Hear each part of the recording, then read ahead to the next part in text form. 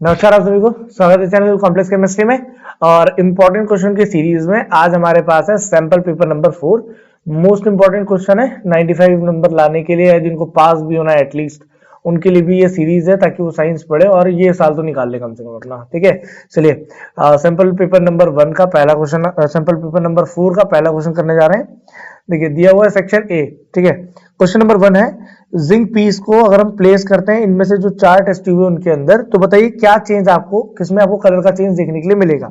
अब बोल कर आए वो, अगर जिंक पीस को हम एल्यूमिनियम सल्फेट में डालते हैं, देखो एल्यूमिनियम Al2SO4 का होल थ्राइस, और इसका अगर मैं जिंक के साथ रिएक्शन करता हूं तो क्या यहाँ पे डिस्प्लेसमेंट रिएक्शन होगी? नो, यहाँ पे डिस्प्लेसमेंट रिएक्शन नहीं होगी। क्यों? क्योंकि zinc is less reactive in comparison with aluminium.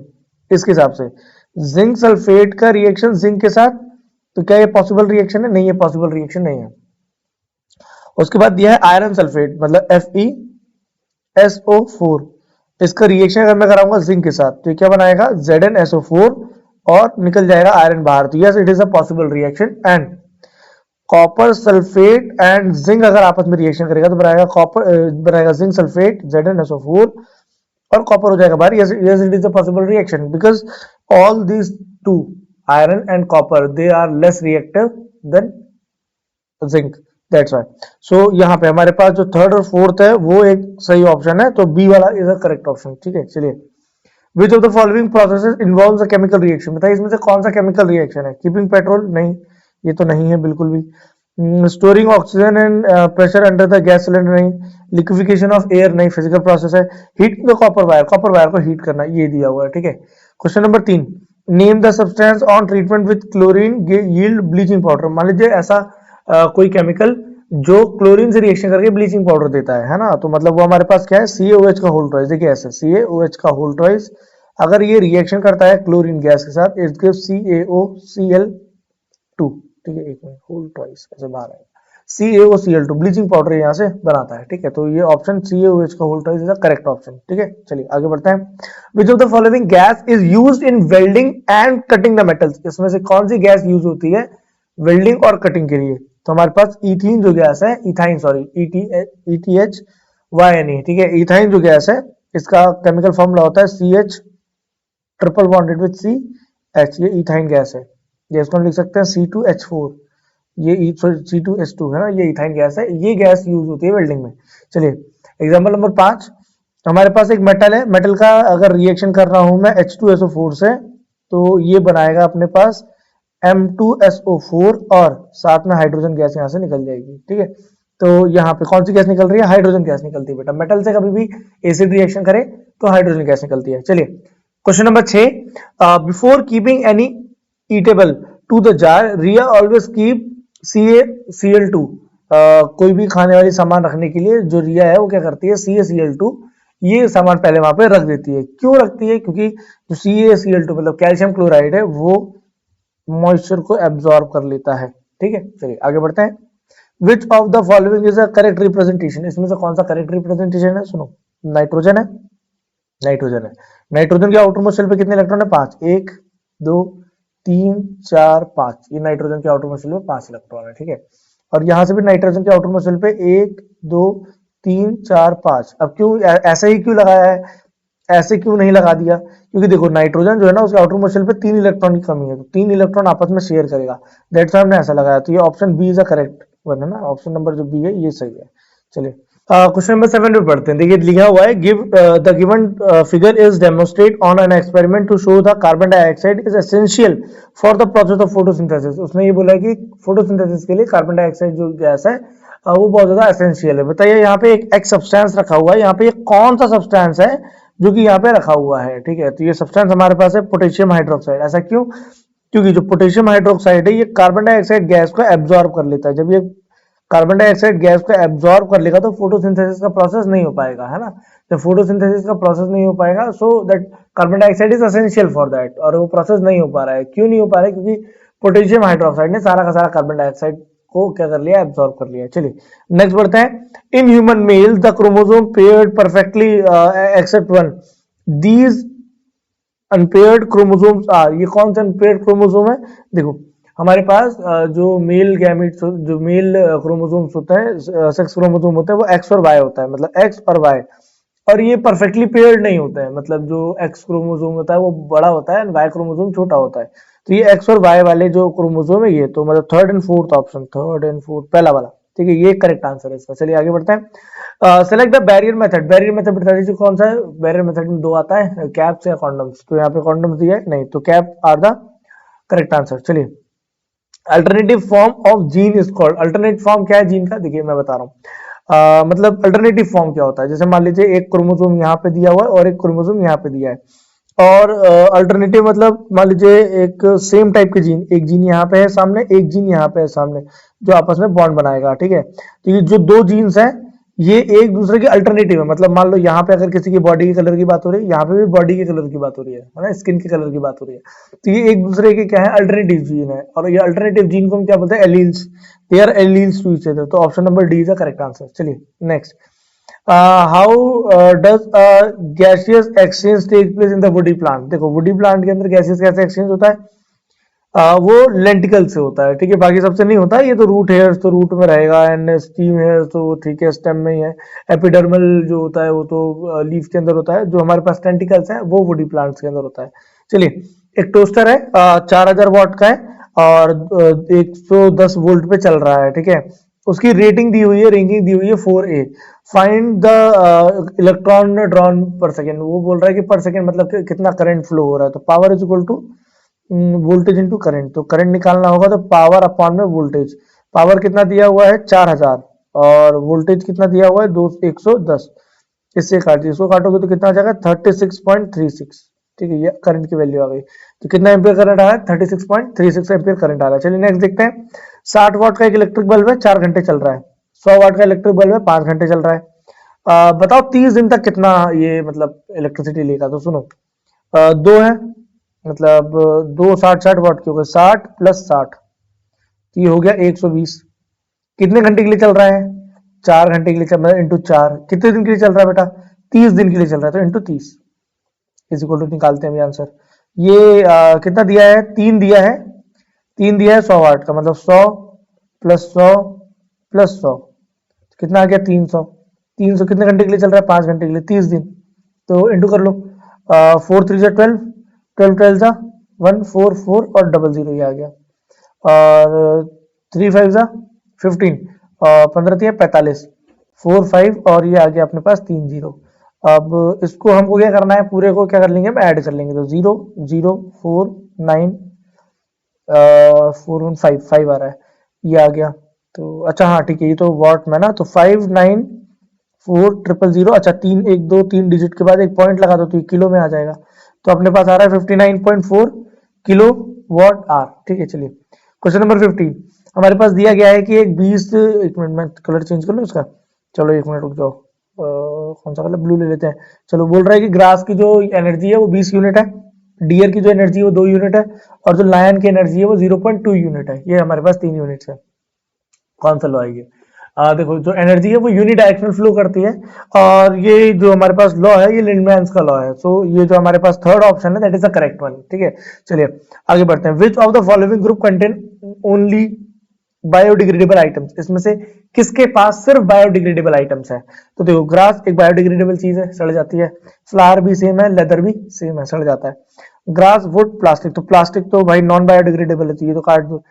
Fruit pill, cake, lime juice, हाँ तो ये भी बायोडिग्रेडेबल है। केक, वेट ये कहाँ गए हम, केक, वुड और ग्रास, तो ये हमारे पास ए सी डी, ये ऑप्शन करेक्ट है, ए सी डी ये दिया हुआ है, ए वाला, तो ये हमारे पास करेक्ट आंसर है ए, ठीक है। चलिए आगे बढ़ते हैं। डाइल्यूट सल्फ्यूरिक एसिड है, acid is added to the water, not water to the acid. हम क्या करते हैं, पानी के अंदर एसिड को मिलाते हैं, एसिड में पानी नहीं मिलाते क्योंकि एक्सोथर्मिक रिएक्शन हो जाएगी। अब होता क्या है कि वाटर का जो स्पेसिफिक हीट है ना वो बहुत ज्यादा होता है, वाटर का स्पेसिफिक हीट ज्यादा होता है, तो उसके अंदर कितना भी हीट मिलाते जाओ वो एब्जॉर्ब कर लेता है, ये मेन केस है, ठीक है। तो assertion and reason both are the correct one, and reason is the correct explanation of the assertion, ये इसका मेन वो है, ठीक है। मतलब असर्शन भी सही है और करेक्टली एक्सप्लेन भी किया गया नीचे। चलिए 18 multiple fission produce many daughter cells simultaneously. जो मल्टीपल फिजन होते हैं वो बहुत सारे डॉटर सेल प्रोड्यूस करते हैं, ठीक है, सही है। मल्टीपल फिजन अगर ड्यूरिंग द फेवरेबल कंडीशन नहीं, असर्शन ठीक है, रीजन गलत है इसका, ठीक है, असर्शन सही है लेकिन रीजन गलत है इसका, तो option number C is the correct answer. चलिए नेक्स्ट देखते हैं, when a charge particle moves perpendicular to the magnetic field then its kinetic energy and momentum get effects, उसका काइनेटिक एनर्जी और मोमेंटम इफेक्ट होता है। तो कोई भी पार्टिकल अगर परपेंडिकुलरली मूव कर रहा है तो उसका जो भी हमारे पास एनर्जी और जो मोमेंटम है वो इफेक्ट होता है नहीं, एनर्जी काइनेटिक एनर्जी और मोमेंटम हमेशा कंजर्व होने वाली चीज है, तो ये असर्शन ही गलत है। Option number 4 is the correct answer. देखिए जब कभी भी आपको क्वेश्चन में दिया जाए ना कि असर्शन ही गलत है, आप चौथे ऑप्शन पे चले जाइए, कोई दिक्कत ही नहीं है, क्योंकि बाकी तीन में ना असर्शन को कहीं ना कहीं सही दिखाया है, तो आप जैसे असर्शन गलत हो रीजन पढ़ने की जरूरत ही नहीं, असर्शन गलत है, आगे बढ़िए, टाइम बचाइए। चलिए trophic level are form only by the plants, ऐसा होता है क्या, फालतू की बातें लिख रहे हैं, ट्रॉपिक लेवल सिर्फ प्लांट कैसे बना सकता है, तो ये असर्शन भी गलत है, असर्शन ही गलत है, तो ऑप्शन नंबर 4 पे चलेगा, रीजन पढ़ने की जरूरत ही नहीं है। चलिए दिया है सेक्शन बी, यहां से 2 मार्क्स के क्वेश्चन चालू हो जाएंगे, ठीक है। अब देखिए 2 मार्क्स के क्वेश्चन फटाफट करेंगे। देखिए हम सोच रहे हैं ना कि ज्यादा लेंदी ना करें वीडियो को, आपके लिए बहुत ऐसे कंप्रेस करके ले आए इसको, कि मतलब बहुत ज्यादा लंबा ना हो, 3 घंटे का पेपर है तो 3 घंटे यहाँ नहीं देने वीडियो में, है ना। आपको 1.5 घंटे में हो सकता है वीडियो मिल जाए, या 1 घंटा 20 मिनट में मिल जाए, 1 घंटा 40 मिनट में मिल जाए, तो आपका बाकी बचा जो टाइम है वो बच जाएगा कंजम्पशन। या 3 घंटे का पेपर लिख रहे हैं सर ने तो 1.5 घंटे में बता दिया, तो हम यहाँ पे बार बार डिटेल्ड में नहीं बता रहे ना, हमारे पास बहुत सारी चीजें हैं जो पहले से अवेलेबल रहती हैं, बहुत सारा लिखा हुआ रहता है पहले से, ये भी उसका एक रीजन है। चलिए एक अनसेचुरेटेड हाइड्रोकार्बन है जिसमें कंटेन मल्टीपल बॉन्ड्स होते हैं, मल्टीपल बॉन्ड जैसे CH2, एक सेकेंड दिया हुआ है CH2 double bonded with CH2। अब बोल रहा है shows addition reaction, addition reaction show करता है, लेकिन बताना है टेस्ट से, ठीक है, टेस्ट करके। तो क्या करोगे सुनो, इसमें मिलाओ bromine in the presence of CCl4, ये जो सब्सटेंस होता है ये ऑरेंज कलर का होता है, स्टार्टिंग में ये ऑरेंज कलर का होता है, और जब भी ये रिएक्शन करता है तो रिएक्शन करने के बाद CH2 bonded with Br, CH2 bonded with Br, ये दे दिया हमारे पास, ठीक है, ये कंपाउंड बन गया, ये जो कंपाउंड है कलरलेस है, कलरलेस है ये, ठीक है, कंपाउंड क्या बेटा, एक कलरलेस कंपाउंड है, ठीक है। अब और कौन सा टेस्ट है, देखो एक बात समझना, जो इथेन है, सुनना मेरी बात, जो इथेन है वो, इथेन जो है वो बहुत ही क्लियरली जल जाता है आराम से, ब्लू कलर का फ्लेम देता है, ब्लू कलर का फ्लेम देके जल जाता है, लेकिन जो इथीन है ये ब्लू कलर के फ्लेम में नहीं चलता, ये येलो कलर के फ्लेम में जलेगा, क्यों, क्योंकि इसके पास डबल बॉन्ड है, ये अनसैचुरेटेड है ना, जो अनसैचुरेटेड होता है उसके साथ यही केस होता है, जो अनसैचुरेटेड होता है उसके साथ यही केस होता है, तो ये अनसैचुरेटेड सब्सटेंस है, इसका डबल बॉन्ड और ये सब जल जाता है, तो ब्लैक कलर भी देता है स्मोक में, और येलो कलर, ये तो हमारे पास जो ईथीन है ये येलो कलर का जलता है, और जो ईथेन है ये ब्लू कलर की फ्लेम के साथ जलता है, ठीक है। और हाँ ठीक है, चलिए आगे बढ़ते हैं। क्वेश्चन नंबर 22 2 मार्क्स का है, क्या पूछा गया है देख लीजिए यहाँ पे, 2 मार्क्स के क्वेश्चन में एक फ्लो चार्ट बनाना है आपको, किसका, टाइप ऑफ रिप्रोडक्शन का। तो टाइप ऑफ रिप्रोडक्शन 2 प्रकार का होता है, एक होता है सेक्सुअल, ठीक है, और एक होता है एसेक्सुअल। सेक्सुअल वाले में क्या आता है, देखिए सेक्सुअल वाले में हमारे पास मेल एंड फीमेल गैमेट्स होता है, मेल गैमेट होता है, फीमेल गैमेट होता है, ठीक है, मेल और फीमेल गैमेट होता है, मेल फीमेल गैमेट आपस में फ्यूज होता है, फ्यूज होने के बाद क्या बनाता है, जाइगोट, जाइगोट डेवलप होकर एम्ब्रियो बनाएगा, एम्ब्रियो डेवलप होके फीटस बनाएगा, और उस फीटस से एक नया इंडिविजुअल आता है, ठीक है, एक नया इंडिविजुअल आ जाता है। एसेक्सुअल रिप्रोडक्शन 6 टाइप के होता है, ठीक है, एसेक्सुअल रिप्रोडक्शन कितने टाइप के होते हैं बेटा, 6 टाइप के होते हैं हमारे पास, कितने बनाते हैं, 5 6, ठीक है। जैसे कि पहला हम मान लेते हैं फिजन, अब फिजन भी के भी अलग अलग टाइप होते हैं, फिर आता है बडिंग, फिर आता है स्पोर फॉर्मेशन, फिर आता है हमारे पास वेजिटेटिव प्रोपोगेशन, वेजिटेटिव प्रोपोगेशन, फिर आता है हमारे पास, एक सेकेंड, रीजेनरेशन, रीजेनरेशन के बाद लास्टली हमारे पास आता है फ्रेगमेंटेशन। देखो जो फिजन है, फिजन 2 प्रकार का होता है, एक होता है बाइनरी फिजन, एक होता है मल्टीपल फिजन। बाइनरी फिजन क्या है, बाइनरी फिजन हमारे पास अमीबा के अंदर होता है, और मल्टीपल फिजन हमारे पास प्लाज्मोडियम में होता है। बडिंग, बडिंग हमारे पास यीस्ट के अंदर होता है, ठीक है। Spore formation, spore formation fungus में होता है, ठीक है, ब्रेड मोल्ड्स में होता है, वेजिटेटिव प्रोपोगेशन के अलग अलग टाइप्स हैं। देखिए, वेजिटेटिव जो प्रोपोगेशन है वो दो टाइप का होता है, एक होता है आर्टिफिशियली, एक होता है नेचुरल। अब आर्टिफिशियली क्या है, जैसे कटिंग, लेयरिंग, ग्राफ्टिंग, है ना, टिश्यू कल्चर, ये सब हमारे पास जो टाइप है ये पूरे के पूरे आर्टिफिशियल के टाइप है। लेकिन किसी भी अदर वेजिटेटिव पार्ट्स है, मतलब रूट, स्टेम, लीफ, इन सब से जब भी हम प्लांट को ग्रो करते हैं, ये नेचुरल मेथड में के अंदर आता है। फिर आता है फ्रेगमेंटेशन। फ्रेगमेंटेशन में क्या आता है बेटा, स्पायर वगैरह, ठीक है। और एक चीज और छूट गई मेरे ख्याल में, रीजनरेशन। रीजनरेशन के अंदर क्या आता है, प्लेनेरिया। रीजनरेशन में क्या आता है हमारे पास, प्लेनेरिया। तो ये कुछ चीजें हैं जो मतलब हमारे पास क्लासिफिकेशन है टाइप ऑफ एसेक्सुअल रिप्रोडक्शन का। ठीक है, चलिए आगे बढ़ते हैं। What is the significance of the emulsion of the fat. Fat को इमल्सिफाई करके क्या करते हैं, देखो, जो लार्जर ग्लोब्यूल होते हैं, जो लार्जर ग्लोब्यूल होते हैं उनको स्मॉलर ग्लोब्यूल में तोड़ दिया जाता है, to convert the larger globule into the smaller globule. ऐसा करके हम समझ सकते हैं। ठीक है, अब अच्छा ये दिया हुआ है, bile contain bile pigment and the bile salt. जो बाइल है उसके पास बाइल पिगमेंट होता है और बाइल सॉल्ट का ऐसे कंटेंट होता है। ये ब्रेक डाउन करता है स्मॉलर, हाँ, ग्लोब्यूल में बड़े ग्लोब्यूल को। ठीक है, यहाँ पे ना इमल्सिफिकेशन होता है। इमल्सिफिकेशन मतलब जो बड़े ग्लोब्यूल्स हैं उनको छोटे ग्लोब्यूल्स में तोड़ना, उसको इमल्सिफिकेशन कहलाते हैं। ठीक है, डाइजेशन ऑफ द फैट में मदद करता है। ऑब्वियसली जब लार्जर मॉलिक्यूल को तोड़ दिया छोटे में तो डाइजेशन के लिए बहुत ज्यादा हेल्पफुल हो जाएगा। यहाँ पे दिया हुआ है स्टेप्सिन इज अ पेनक्रियाटिक लिपेज। स्टेप्सिन एक पेनक्रियाटिक लिपेज है जो कि हमारे जो फैट है, फैट को ग्लीसरॉल और फैटी एसिड में कन्वर्ट करता है। किसमें कन्वर्ट करता है बेटा, फैटी एसिड एंड ग्लीसरॉल में कन्वर्ट करता है। आखिरी में दिया हुआ है this eight is easy digestion of the food. Food का डाइजेशन इजी बना देता है। ठीक है, चलिए नेक्स्ट क्वेश्चन पे देखते हैं। How is the small intestine design to absorb the digested food. Digested food को कैसे एब्जॉर्ब करता है, देखो हमारे पास जो स्मॉल इंटेस्टाइन है इसमें विलीज होती हैं। विलीज ना ब्लड वेसल से जुड़ी हुई होती हैं। ठीक है, कैसे जुड़ी होती हैं बेटा, ब्लड वेसल्स से जुड़ी हुई होती हैं।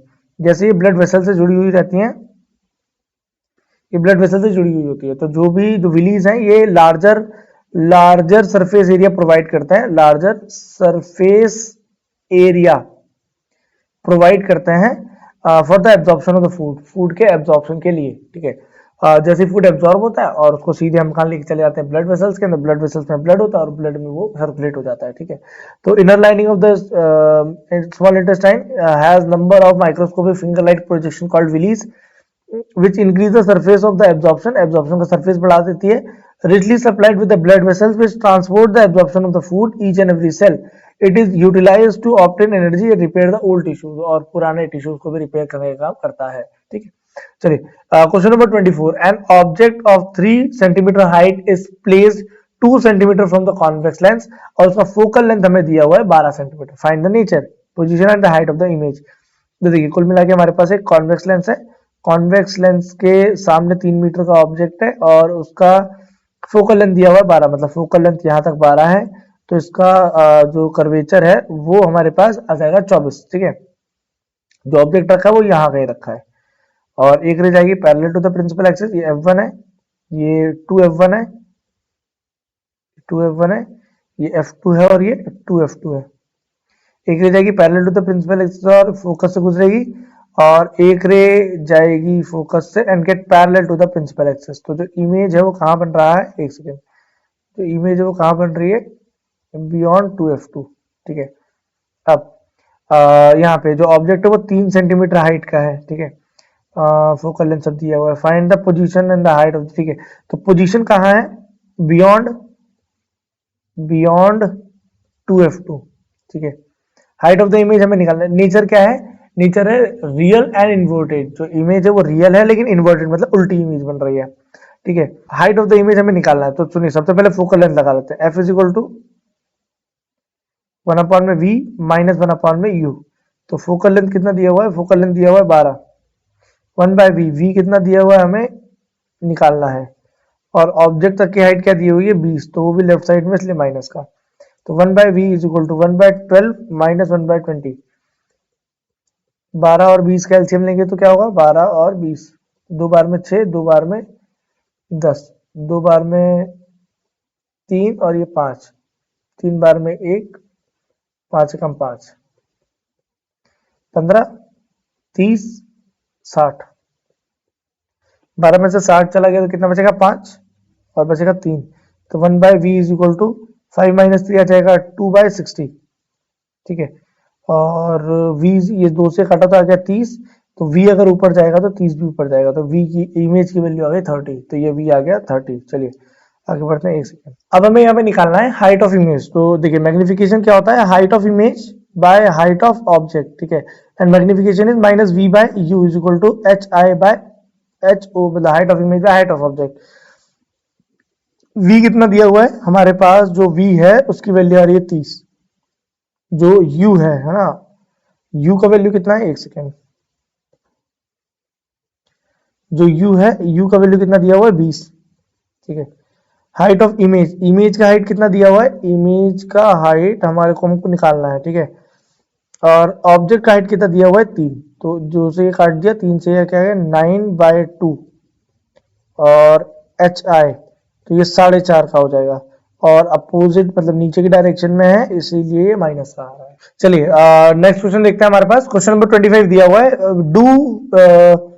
We do not clean ponds और lakes but aquarium need to be clean regularly why. देखो क्या होता है कि जो पॉन्ड्स या लेक होता है इनके अंदर माइक्रो ऑर्गेनिज्म होते हैं और बायोडिग्रेडेबल सब्सटेंस को ये खाते पीते रहते हैं, बट जो हमारा एक्वेरियम होता है, एक्वेरियम के अंदर ऐसा कोई भी ऑर्गेनिज्म नहीं होता जो ऐसे बायोडिग्रेडेबल सब्सटेंस को खा पी ले और खत्म कर दे उसको, ऐसा नहीं है ना। मतलब जो बायोडिग्रेडेबल सब्सटेंसेस हैं उनकी अपने आप सफाई हो जाती है, ठीक है, वो हो जाती है सफाई, क्योंकि वहाँ माइक्रो ऑर्गेनिजम्स होते हैं, इंसेक्ट्स होते हैं, लेकिन यहाँ पर हमारे एक्वेरियम में इंसेक्ट्स नहीं होते हैं, ठीक है। पढ़ लेते हैं। एक्वेरियम आर्टिफिशियल इकोसिस्टम है विच आर नेचुरल, और जो लेक और जो पॉन्ड्स होते हैं वो नेचुरल है। ये आर्टिफिशियल एक्वेरियम, लेकिन ponds are natural. Self sustaining and completing ecosystem, तो लेक या पॉन्ड्स के अंदर ओन क्लीनिंग होती है, मतलब खुद से सफाई वो कर लेते हैं, ठीक है। Because the presence of various micro organism but aquarium lack decomposers, aquarium के अंदर डिकम्पोजर्स नहीं होते, माइक्रोब्स नहीं होते, ठीक है। तो वो जो डेड ऑर्गेनिज्म है उसको सिंपल में कन्वर्ट नहीं कर पाता है, वेयर लैक और पॉन्ड में ये सब चीजें कन्वर्ट हो जाती हैं। Hence the dead fishes aquarium are not decomposed, it need to be clean regular, और उसको साफ करना रेगुलरली जरूरी है, ठीक है। चलिए और का क्वेश्चन है हमारे में इसी क्वेश्चन का, what are the problem cause by the non biodegradable substance. जो नॉन बायोडिग्रेडेबल सब्सटेंस है वो कैसे प्रॉब्लम क्रिएट करता है, ठीक है, हमारे एनवायरमेंट में। चलिए दिया हुआ है, जो प्लास्टिक है उसका तो यूज नहीं करना चाहिए क्योंकि वो डिकम्पोज नहीं होता, और सॉइल के अंदर, मिट्टी के अंदर एक्यूमुलेट होता रहता है water bodies and pollute this natural resources, और वो उन्हें पॉल्यूट करता है। Non biodegradable substance like pesticide, fertilizer, ये पानी के साथ मिक्स हो जाते हैं क्योंकि मिट्टी में मिक्स होता है, तो जो पानी चलता हुआ पानी, जो रनिंग ऑफ वाटर है उसमें ये मिक्स हो जाता है। Excess fertilizer in the water bodies, जो भी एक्सेस फर्टिलाइजर है वाटर बॉडीज के अंदर, can grow algae on the surface of leading oxygen depletion of the water bodies affecting the growth of aquatic organism, pesticide being toxic affected by the aquatic plants and animals। तो जो पानी अगर ये गंदा हो जा रहा है तो aquatic plants और animals को भी affect करेगा, उनकी हेल्थ को भी खराब कर देगा। Some of the non biodegradable substance, pesticides like DDT, ये अगर फूड चेन में एक बार एंटर कर गई तो ये बायोमैग्निफिकेशन ला देती है। बायोमैग्निफिकेशन मतलब जो एक्यूमुलेशन है टॉक्सिक सब्सटेंस का बॉडी के अंदर, उससे जो बॉडी खराब हो रही है उसे हम एक्यूमुलेशन ऑफ बायोमैग्निक, मतलब उस प्रोसेस को हम बायोमैग्निफिकेशन कहते हैं, ठीक है। चलिए नेक्स्ट क्वेश्चन देखते हैं। द स्कैटरिंग ऑफ लाइट, जो स्कैटरिंग ऑफ लाइट है, how the colour of the scattered light depends on the size of the particle. कैसे साइज ऑफ द पार्टिकल पे लाइट का कलर डिपेंड करता है। देखो मैं आपको एक चीज बताता हूँ, जब भी पार्टिकल का साइज बड़ा होता है, जब भी एटमॉस्फेयर में ज्यादा बड़े पार्टिकल्स होते हैं या वाटर ड्रॉपलेट्स होते हैं, जब मतलब इन एनी हाउ जो पार्टिकल के साइज है अगर वो बड़े हो जाते हैं, ठीक है, तो उन कंडीशंस के अंदर जो लाइट है वो हल्का सा व्हाइट अपीयर होगा। लेकिन जब पार्टिकल के साइज छोटे होते हैं तो जो लाइट है वो ब्लू अपीयर होता है, ठीक है। तो बड़े पार्टिकल क्या होते हैं, बड़े पार्टिकल ज्यादा वेवलेंथ दिखाता है, ज्यादा वेवलेंथ दिखाने के कारण वो व्हाइट कलर शो कर देते हैं। बट जब पार्टिकल छोटा होता है, जब उसमें से लाइट पास होती है तो वो वेवलेंथ कम दिखाता है, वेवलेंथ कम दिखाने के कारण उनका कलर ब्लू होता है। Scattering of light is the phenomena in which part of incident light disperse in the different direction. जो लाइट आ रही है वो डिस्पर्स हो रही है डिफरेंट डिफरेंट डायरेक्शन में। आगे लिखा हुआ है डिपेंडिंग ऑन द कलर और scattering of the size of the particle. पहला dust water droplet present in the atmosphere large in size and scatter the white light. जब डस्ट और जो वाटर पार्टिकल्स अगर ये सब होते हैं तो लार्ज साइज का होता है और लाइट को स्कैटर करता है, व्हाइट लाइट को। When the particle are extremely minute, तो जब पार्टिकल बहुत ज्यादा माइन्यूट होता है तो light will scatter blue light in the presence of the white sunlight, sunlight के प्रेजेंस में ब्लू कलर का स्कैटर होता है। ठीक है, चलिए आगे बढ़ते हैं। चलिए सेक्शन सी पे आ गए हम लोग। सेक्शन सी कितने मार्क्स का है हमारे पास? 3 मार्क्स का एक क्वेश्चन है सेक्शन सी में। Hydrogen is not metal, hydrogen एक मेटल नहीं है, बट फिर भी रिएक्टिविटी सीरीज में से रखा गया है। देखो होता क्या है, हाइड्रोजन मेटल नहीं है ना होने के बावजूद हाइड्रोजन जो है वो अपने अंदर से एक इलेक्ट्रॉन डोनेट कर देता है। ठीक है, अब आमतौर पर मेटल ही इलेक्ट्रॉन डोनेट करते हैं, तो हाइड्रोजन नॉन मेटल होने के बावजूद एक इलेक्ट्रॉन डोनेट कर रहा है। तो ऐसे कोई भी मेटल जो इलेक्ट्रॉन डोनेट करें और उनकी टेंडेंसी इलेक्ट्रॉन डोनेट करने की हाइड्रोजन से ज्यादा है, तो वो हाइड्रोजन से ज्यादा रिएक्टिव होगा। और ऐसे मेटल्स जिनकी टेंडेंसी इलेक्ट्रॉन डोनेट करने वाली हाइड्रोजन से कम है, वो लीस्ट रिएक्टिव होगा। इसीलिए रिएक्टिविटी सीरीज में हम हाइड्रोजन को रखते हैं। मतलब हाइड्रोजन एक ऐसा एलिमेंट है जो कि मेटल ना होने के बावजूद भी इलेक्ट्रॉन को डोनेट करता है। ऐसा कोई भी मेटल जिनकी टेंडेंसी इलेक्ट्रॉन डोनेट करने की हाइड्रोजन से ज्यादा है, वो हाइड्रोजन से ज्यादा रिएक्टिव है। जैसे कि पोटेशियम, सोडियम, मैग्नीशियम, ये सब जो है ना, आयरन, जिंक, ये सब है। तो ये सारे के सारे इनकी टेंडेंसी इलेक्ट्रॉन डोनेट करने की ज्यादा है, इसलिए मोर रिएक्टिव है। और जैसे हमारे पास कॉपर आ गया, मर्क्यूरी आ गया, गोल्ड, सिल्वर, ये सब की टेंडेंसी इलेक्ट्रॉन डोनेट करने की कम है। तो मेरे ख्याल में रिएक्टिविटी सीरीज आपको याद होगी, रिएक्टिविटी सीरीज आपको एक बार अच्छे से कर लीजिएगा। ठीक है, चलिए, तो हमारे पास दैट्स व्हाई हम हाइड्रोजन को रिएक्टिविटी सीरीज में रखते हैं। ठीक है, चलिए आगे बढ़ते हैं। ये लिखा हुआ है यहाँ से, आप स्क्रीनशॉट लेके भी पढ़ सकते हैं, मैंने तो पढ़ा दिया है अभी हिंदी में, इंग्लिश में लिखा हुआ है यहाँ पे। चलिए क्वेश्चन नंबर 28 दिया गया है। क्वेश्चन नंबर 28 भी 3 ही मार्क्स का रहेगा हमारे पास। दो और दिए गए हैं, और ए और बी। ठीक है, एक जो और है वो कार्बन डाइऑक्साइड गैस देता है, एक SO2 गैस देता है। अब देखो हमारे पास जैसे मान लो जिंक कार्बोनेट है, तो जिंक कार्बोनेट को अगर मैं हीट कर देता हूँ तो ये कन्वर्ट होता है ZnO और CO2 गैस में कन्वर्ट हो जाता है। तो ये कौन सा प्रोसेस है? इस प्रोसेस को हम कैल्सिनेशन बोलते हैं, कैल्सिनेशन बोलते हैं, सीनेशन बोलते हैं। ठीक है, और जो जिंक ऑक्साइड है, ये जिंक ऑक्साइड को, एक सेकेंड, जो जिंक ऑक्साइड है, ये जिंक ऑक्साइड का रिएक्शन कार्बन से करता है, तो ये बनाता है कार्बन मोनोऑक्साइड और जिंक मेटल अलग हो जाता है। ठीक है, ये कैल्सिनेशन का प्रोसेस है। इसके बाद एक चीज और है कि हमारे पास मान लो ZnS है, जिंक सल्फाइड है, इसका रिएक्शन अगर मैं ऑक्सीजन से करूं तो ये बनाता है हमारे पास ZnO और SO2, और ये जिंक ऑक्साइड जो है अब ये कार्बन से रिएक्शन करता है, बनाता है जिंक एंड CO। तो जो ये गिवन प्रोसेस है, इस गिवन प्रोसेस को हम रोस्टिंग कहते हैं। देखो रोस्टिंग और कैल्सिनेशन में अंतर क्या है? ROAST, अब ये मत लिख देना, स्पेलिंग का अंतर है। सुनो, हमारे पास यहाँ पर जो कैल्सिनेशन है, कैल्सिनेशन में एब्सेंस ऑफ ऑक्सीजन में प्रोसेस होता है। ठीक है, लेकिन रोस्टिंग में इन द प्रेजेंस ऑफ ऑक्सीजन की रिएक्शन होती है। ठीक है, ये बेसिक डिफरेंस है। इसी क्वेश्चन के और पे चलते हैं। लिखा है list in tabular form that 3 chemical properties on the basis we can differentiate metal and non metal. 3 chemical properties बताओ जिसके बेसिस पे हम मेटल और नॉन मेटल को डिफरेंशिएट कर सकें। देखो वैसे तो बेसिकली बहुत ज्यादा है नहीं उसमें कुछ। पहली बात तो जो मेटल है अगर वो ऑक्सीजन से रिएक्शन करता है तो मेटेलिक ऑक्साइड बनाता है। ठीक है, क्या बनाता है बेटा? वो मेटेलिक ऑक्साइड। अगर नॉन मेटल है, वो अगर ऑक्सीजन से रिएक्शन करता है तो नॉन मेटेलिक ऑक्साइड बनाता है। ठीक है, ये पहला हो गया। तो ये बेसिक ऑक्साइड है, ये बेसिक ऑक्साइड है, ये एसिडिक ऑक्साइड है। ठीक है, एक पहला ये है। जो हमारे पास नॉन मेटल है, वो नॉन मेटल वाटर के साथ रिएक्शन नहीं करता, मेटल लेकिन वाटर के साथ रिएक्शन करता है। जैसे मेटल है, मेटल अगर मान लो वाटर के साथ रिएक्शन किया, स्टीम के साथ भी करता है कई बार, तो मेटल जब भी वाटर के साथ रिएक्शन करता है तो मेटल हाइड्रोक्साइड भी बनाता है, मेटल ऑक्साइड भी बनाता है, अलग अलग मेटल पर डिपेंड करता है। लेकिन नॉन मेटल वाटर के साथ रिएक्शन ही नहीं करता, नॉन मेटल वाटर के साथ रिएक्शन नहीं करता है। जैसे मेटल है, मेटल एसिड के साथ रिएक्शन करके क्या बनाता है? हाइड्रोजन गैस और सॉल्ट बनाता है। लेकिन नॉन मेटल ऐसा कुछ भी नहीं करता, एसिड के साथ रिएक्शन ही नहीं करता है नॉन मेटल। ठीक है, तो देखिए यहाँ पे लिखा हुआ है मैग्नीशियम है, ऑक्सीजन के साथ रिएक्शन करके मैग्नीशियम ऑक्साइड बना रहा है। कार्बन है, ऑक्सीजन के साथ रिएक्शन करके कार्बन डाइऑक्साइड बना रहा है। ठीक है, तो ये न्यूट्रल या बेसिक ऑक्साइड, एक मिनट, मेटल बेसिक ऑक्साइड होता है, ये एसिडिक ऑक्साइड होता है। मेरे ख्याल में थोड़ा सा गलत लिख दिया है, ये एसिडिक ऑक्साइड होता है, एसिडिक ऑक्साइड होता है। ठीक है, चलिए नेक्स्ट। मैग्नीशियम वाटर के साथ रिएक्शन करके मैग्नीशियम हाइड्रोक्साइड बना रहा है, लेकिन ये पानी के साथ रिएक्शन ही नहीं करता। अच्छा, तीसरा भी दिया हुआ है, they do not combine with the hydrogen to accept sodium, potassium, calcium और आयनिक हाइड्राइड। इससे आयनिक हाइड्राइड नहीं बनाते, लेकिन ये कोवेलेंट हाइड्राइड बनाते हैं। ठीक है, they react with the hydrogen to form covalent hydride. जैसे कार्बन है, हाइड्रोजन से रिएक्शन किया तो CH4 बना लिया, ठीक है, तो क्या बोलते हैं बेटा, इसको मीथेन गैस बोलते हैं। तो ये भी एक रीजन है, ये भी एक चीज दी हुई है हमारे पास, ठीक है। चलिए, most metal conduct electricity well, क्यों करते हैं ऐसा, क्योंकि देखो जो भी मेटल है, मेटल के आउटर मोस्ट शेल पे फ्री इलेक्ट्रॉन्स होते हैं। क्या होते हैं बेटा, फ्री, एक सेकंड, FR वाली, फ्री इलेक्ट्रॉन्स होते हैं। एग्जांपल, एग्जांपल, तो जो कोई भी मेटल है, मेटल के आउटर मोस्ट शेल पे फ्री इलेक्ट्रॉन्स रहते हैं। जैसे फॉर एग्जांपल हमारे पास है आयरन, ठीक है, या हमारे पास है कॉपर, कॉपर और इन सबके आउटर मोस्ट शेल पे एक एक दो दो इलेक्ट्रॉन अवेलेबल होते हैं, प्रेजेंट होते हैं। ये जो फ्री इलेक्ट्रॉन्स है यही इलेक्ट्रिसिटी कंडक्ट करवाते हैं।